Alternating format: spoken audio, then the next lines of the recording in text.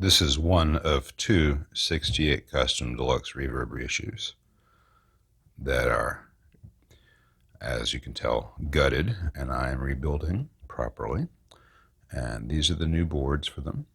Well, this is one of the two new boards for them.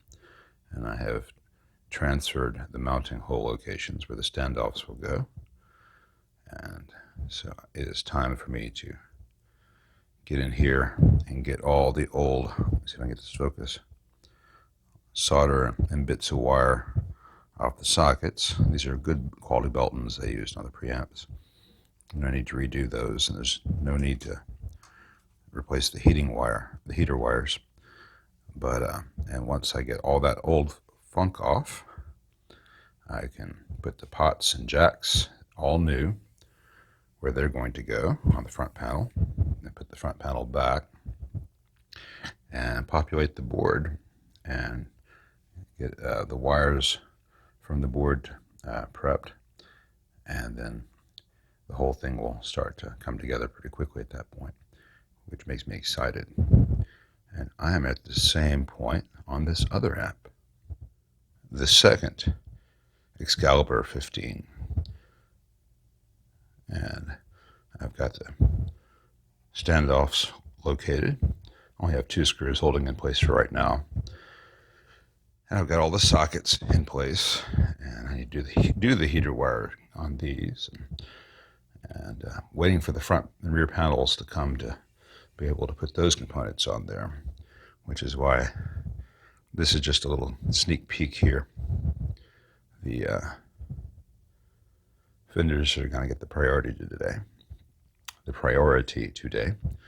And here's my little variable voltage circuit, which will allow this thing to go from 15 watts to about 1.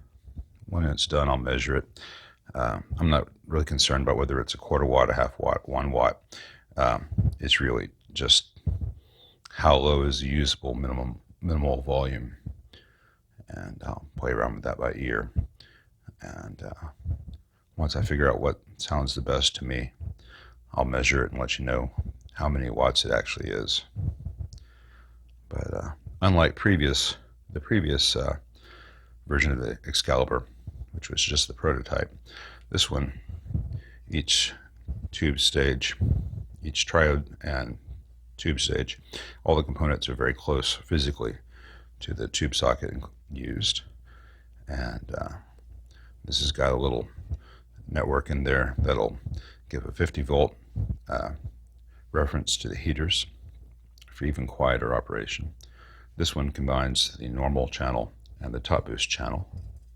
And the top boost circuitry is over here, physically closer to the pots, which will reduce the number of wires going back and forth throughout the whole thing. And this has also got the solid state emulation of a EZ81. Very pleased with that. And this one's going to be another fantastic app. I'm very pleased with this, and I'd love just to dig in and finish this, but I won't even have the panels for another week. So this is going to have to go to the side.